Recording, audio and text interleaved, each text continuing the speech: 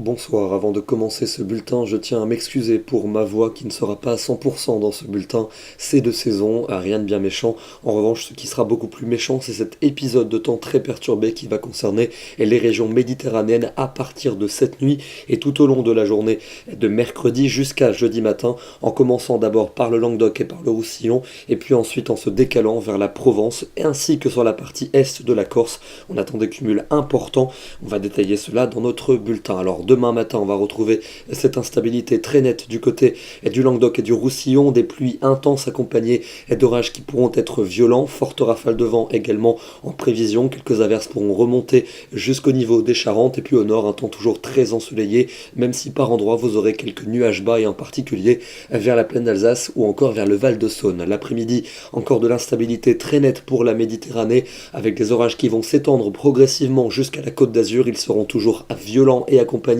et de pluies abondantes, gare au risque d'inondation par endroits. Ça sera également un peu plus ennuagé sur les régions de l'ouest, avec par endroits quelques averses orageuses, et puis au même moment ça sera très sec et très ensoleillé sur les régions du nord et du nord-est. Côté température pour votre mercredi matin, on partira de 6 degrés pour les Ardennes pour aller jusqu'à 19 du côté de Nice, et l'après-midi des températures exceptionnelles pour la saison. On n'attend pas moins de 27 degrés pour Orléans et pour Auxerre, 26 pour Paris, 24 degrés en Belgique. C'est quasiment digne des records. Ça sera un peu plus frais sous la pluie dans le sud, avec 21 degrés pour Béziers et 20 degrés du côté d'Aurillac. La soirée de mercredi restera très agitée, en particulier entre les Cévennes et la Côte d'Azur, avec encore des orages qui pourront s'accompagner de pluies abondantes et donc causer par endroits quelques inondations, des pluies que l'on retrouvera aussi dans la nuit de mercredi à jeudi et qui ne s'atténueront véritablement que pour la matinée de jeudi, avec des précipitations qui vont donc progressivement s'espacer sur ces régions. Un temps globalement très lumineux pour les 2/3 est, mais le retour de la pluie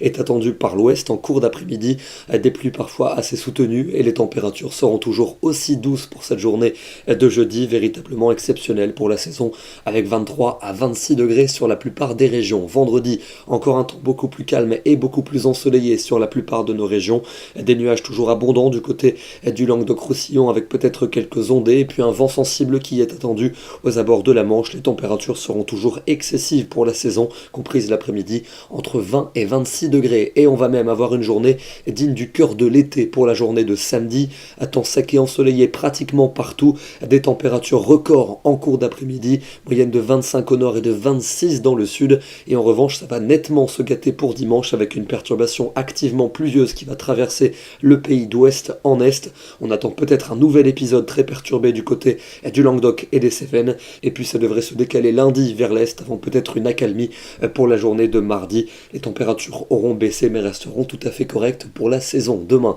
nous serons le mercredi 10 octobre et nous fêtons la Saint-Ghislain. Bonne soirée à tous et à demain.